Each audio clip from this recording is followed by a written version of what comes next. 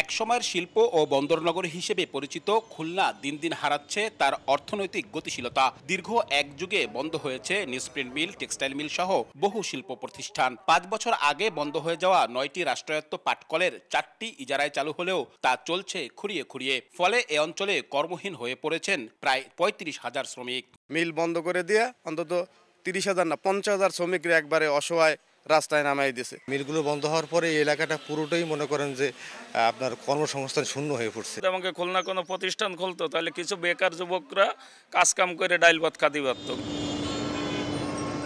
গত এক দশকে এ অঞ্চলে একে একে শিল্প প্রতিষ্ঠান বন্ধ হয়ে যাওয়া ও নতুন শিল্প প্রতিষ্ঠান গড়ে না ওঠায় কর্মহীন মানুষের সংখ্যা বেড়েই চলছে। পরিসংখ্যান ব্যুরোর তথ্য অনুযায়ী খুলনায় কর্মসংস্থান আছে মাত্র ৪২% মানুষের। অর্থনৈতিক গতিশীলতা ফেরাতে কর্মসংস্থান সৃষ্টির বিকল্প নেই বলছেন বিশেষজ্ঞরা। এজন্য অবকাঠামোগত উন্নয়নে সমন্বিত পরিকল্পনা গ্রহণের পরামর্শ তাদের। বড় যেটা চ্যালেঞ্জের জায়গা সেটা হচ্ছে খুলনার মধ্যে অভ্যন্তরীণ যে যাতায়াত বা যোগাযোগ ব্যবস্থা, এটা কিন্তু বড় ধরনের উইকনেস রয়ে গেছে। যদি ডেভেলপ করতে হয় প্রয়োজন ইনফ্রাস্ট্রাকচার তৈরি করতে হবে, বিনিয়োগকারীদের আকৃষ্ট করতে হবে। যদিও এ অঞ্চলে শিল্প ও বিনিয়োগ বাড়াতে নানা প্রকল্প নেওয়া হলেও বছরের পর বছর তা স্থবির হয়ে আছে। ২০১৭ সালে ইকোনমিক জোনের উদ্যোগ হলেও স্থান নির্ধারণ জটিলতায় তা আলোর মুখ দেখেনি।